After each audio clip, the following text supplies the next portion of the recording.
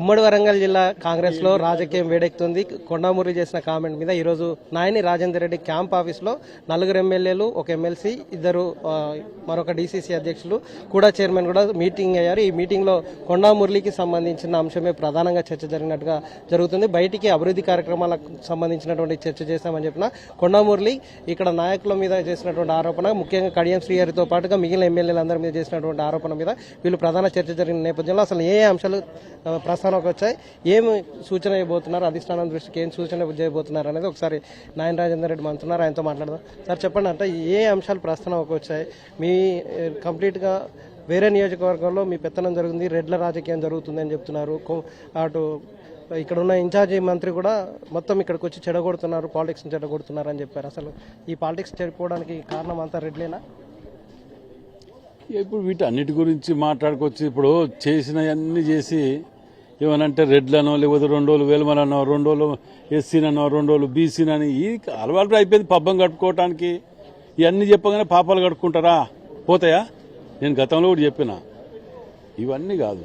నేను అధిష్టానంలో బాలనది మేము ఇక్కడ పెట్టుకున్నది అభివృద్ధి మీద రివ్యూ పెట్టుకున్నాం. 4వ తారీఖు నాడు మా అధ్యక్షులు వస్తున్నారు, దాని గురించి పోతున్నాం మేము. దాని గురించి వాస్తవానికి 4వ తారీఖు నాడు మొబిలైజేషన్, డెకరేషన్ ఇవన్నీ అన్నిటి మీద కూర్చొని గ్రామ స్థాయి నుంచి గ్రామ అధ్యక్షులు, డివిజన్ అధ్యక్షులు వీళ్ళందరినీ తీసుకొని వెళ్ళాలి.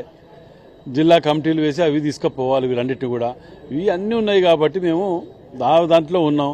అందులో వచ్చిన జిల్లా ప్రెసిడెంట్ కాబట్టి అందరూ వచ్చినప్పుడు ఏమైతే చర్చకు అవి కూడా వస్తాయి. అన్ని చర్చకు అభివృద్ధి మీద వస్తుంది, పార్టీ ప్రక్షాళన మీద వస్తుంది, అన్నిటి మీద వస్తుంది కదా. దాంట్లో కూడా వచ్చింది, అలా రాలేదని నేనేం అనట్లేదే, తప్పకుండా వచ్చింది. దాని మీద అధిష్టానం 5వ తారీఖు, 6వ తారీఖు, 7వ తారీఖు కొన్ని సందర్భాలు పెట్టింది, వేసి చూడాలి ఏం జరుగుతుంది అనేది.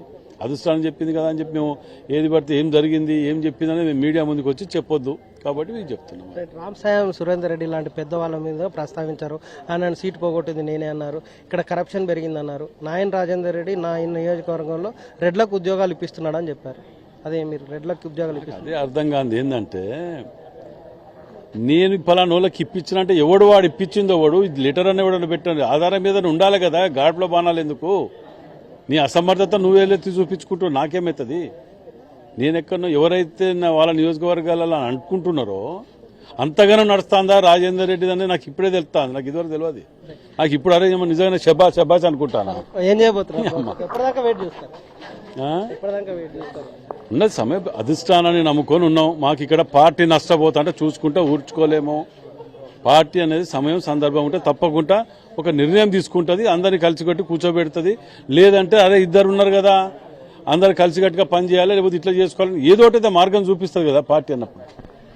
అభివృద్ధికి సంబంధించిన అంశం మీదనే ఈరోజు మీటింగ్ పెట్టడం జరిగింది. అభివృద్ధికి సంబంధించిన అంశంతో పాటుగా అందరూ ఇక్కడికి వచ్చినటువంటి ఎమ్మెల్యేలు అలా ముఖ్య నేతలందరూ చర్చించుకునే క్రమంలో ఈ కొండామురళి ప్రస్తావన కూడా చర్చకు వచ్చింది. అందులో విషయాన్ని అధిష్టానం దృష్టికి తీసుకుపోతున్నాం. 5వ తారీఖు వరకు అధిష్టానం మాకు ఒక సమయం బాండ్ పెట్టింది కాబట్టి ఆ తర్వాత జరిగే పరిణామాల నేపథ్యంలో ఏం చర్య తీసుకోవాలనే దాని మీద మేమందరం కట్టుబడి ఉన్నాం.